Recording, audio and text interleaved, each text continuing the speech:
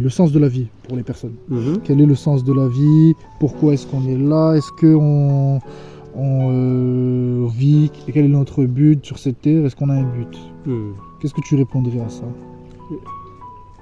Le but de l'homme, c'est de connaître Dieu, de revenir au Créateur et de revenir aussi à son rôle de créature.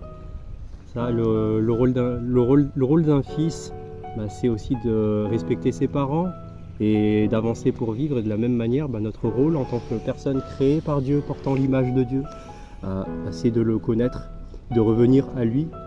Et un théologien justement disait que les deux choses les plus importantes pour l'homme, c'est de connaître son Dieu. Mais c'est parce qu'on connaît son Dieu et parce qu'on sait d'où on vient, on sait qui nous a créés, on sait qui nous a aimés, c'est comme ça qu'on peut réellement se connaître soi-même et avoir une juste vision de soi-même. Et pour les personnes qui te diraient, moi je reçois beaucoup en évangélisation qui me disent on n'en a pas besoin, on peut se débrouiller. Qu'est-ce que tu leur dirais à ces personnes-là? Il y en a beaucoup. Laissez la vie vous instruire. Les souffrances, les imprévus, etc. C'est le lot de consolation de tous les êtres humains. Chrétiens, musulmans, juifs, bouddhistes, tout le monde a un membre de la famille qui chope le cancer, un gosse en bonne santé qui a 20 piges, 30 piges et du jour au lendemain il meurt d'un accident ou d'une maladie que personne n'avait vue. Et au fur et à mesure, on se rendra compte à quel point la vie est fragile et à quel point la vie est éphémère. Et la différence finalement entre le chrétien et celui qui ne l'est pas, ce n'est pas qu'il ne va pas traverser ces tribulations-là, mais c'est de dire ok, je suis dans cette situation, c'est la débandade dans ma vie, qu'est-ce que je vais faire maintenant? Est-ce que je vais continuer à dépendre de moi ou je vais, pour rebondir avec ta question d'avant, revenir vers celui qui m'a créé et donc qui vraisemblablement il sait mieux, il sait ce qui est le mieux pour moi, il sait mieux que moi-même encore. Amen. Parce que voilà, il y a même des personnes pour dire qu'ils blasphèment et qui me disent qu'est-ce que Jésus a fait pour moi dans ma vie. Ils s'énervent. Je leur dis mais il vous aime, il est mort pour vos péchés. Ils me disent mais qu'est-ce qu'il a fait pour moi dans ma vie? Il a rien fait, c'est moi qui ai dû me débrouiller tout seul. Qu'est-ce que tu dirais toi pour... Je dirais cela. Dieu a créé Adam et Ève.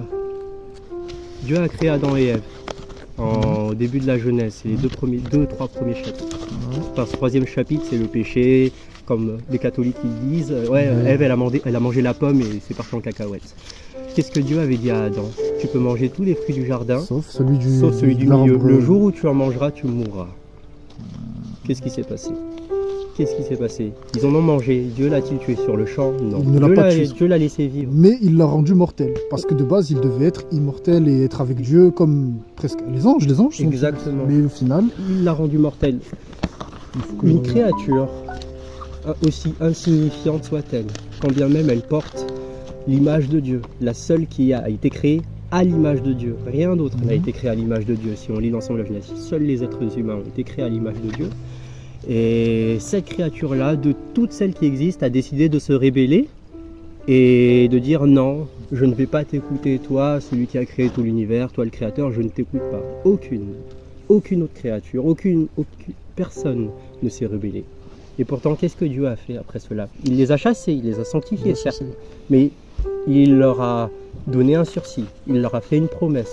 Puis Genèse chapitre 3 verset 15. Ils ont vécu, alors l'âge de Adam, 800, combien il est mort à presque 1000 ans. Presque 1000 ans. Presque 1000 ans. Si tu lis Genèse chapitre 3 verset 15, et beaucoup disent que c'est la première annonce de l'évangile, dans toute la Bible, dans toute l'histoire du christianisme, en Genèse chapitre 3 verset 15, il parle au serpent, il lui dit cette malédiction. Je mettrai l'hostilité entre toi et la femme, entre ta descendance et sa descendance. Celle-ci t'écrasera la tête et tu lui blesseras le talon. Maintenant, je t'invite, je t'ai fait lire le premier chapitre de la Bible. Maintenant, on va lire l'un des derniers chapitres de la Bible. Apocalypse, chapitre 12. Ouh là là. D'accord. Quel verset? Ça parle de la femme, le dragon et l'enfant. Exactement. On va lire du verset 1 jusqu'au verset 6 peut-être. Alors le verset 1. Un grand signe apparut dans le ciel. C'était une femme enveloppée du soleil, la lune sous les pieds, une couronne de 12 étoiles sur la tête. Elle était enceinte et elle criait car elle était en travail dans les douleurs de l'accouchement. Un autre signe apparut dans le ciel, c'était un grand dragon rouge feu qui avait 7 têtes et 10 cornes et sur ces têtes 7 diadèmes. Sa queue entraîna le tiers des étoiles du ciel et jeta sur la terre. Le dragon se plaça devant la femme qui allait accoucher afin de dévorer son enfant dès qu'il serait né. Elle mit au monde un fils, un enfant mâle qui doit diriger toutes les nations avec un sceptre de fer, et son enfant fut enlevé vers Dieu et vers son trône. Quant à la femme, elle s'enfuit dans le désert où Dieu lui avait préparé une place afin d'y être nourrie pendant 1260 jours. Ok. J'affirme fermement, c'est que le chapitre 12 de l'Apocalypse, en tout cas la portion qu'on vient de lire, ce n'est pas une prophétie future, mais c'est quelque chose qui s'est déjà accompli. Qu'est-ce que le fils... Qui est le dragon, qui est le fils? Exactement, qui est la femme? Qui est la femme? Qu'est-ce qu'un fils qui est enfanté et à qui est donnée l'autorité sur toutes les nations, sinon la même personne, le même fils dont il est question en Genèse 3,15, celui qui écrasera la tête du serpent. Et j'affirme que ce fils c'est Jésus-Christ. J'affirme que ce fils-là c'est Jésus-Christ. Un exemple un peu plus technique. La femme, qu'est-ce qu'on nous dit? Elle avait 12 étoiles sur sa tête. 12 comme quoi? 12 comme les 12 tribus d'Israël. Quelle est l'une des promesses qui a été faite à Abraham? Et une promesse qui revient tout au long de l'Ancien Testament et que Jésus dit encore pendant son ministère, le salut viendra des Juifs. Tu lis le livre de Zacharie, je crois, chapitre 12, verset 8, si je ne dis pas de bêtises. En ces temps-là, 10 hommes de toutes les nations, c'est-à-dire des gens qui ne sont pas juifs, tiendront un juif par le col de son vêtement en lui disant « Laisse-nous venir avec toi, parce qu'on sait que Dieu est avec vous. » C'est le nom de Emmanuel. Qui est Jésus. Dieu est avec nous. Emmanuel, Dieu est avec nous. Voilà. C'est ça, amen.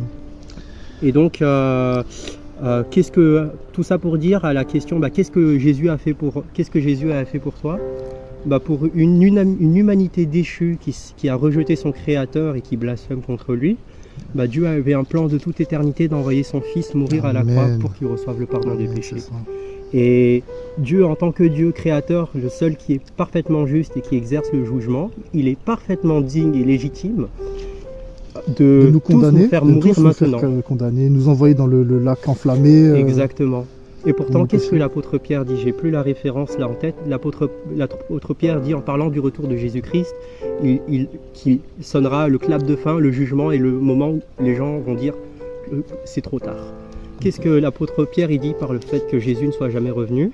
Il dit il n'est pas en retard dans l'accomplissement de sa promesse parce qu'il veut que tous se repentent. C'est la volonté du Fils, c'est que tous viennent à la repentance et que Dieu voudrait et Dieu prend plaisir à ce que les gens se repentent et reviennent à lui.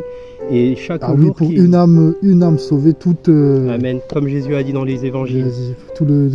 Les anges se réjouissent pour une âme qui se repent. Donc oui, c'est exactement l'évangile en quelques points.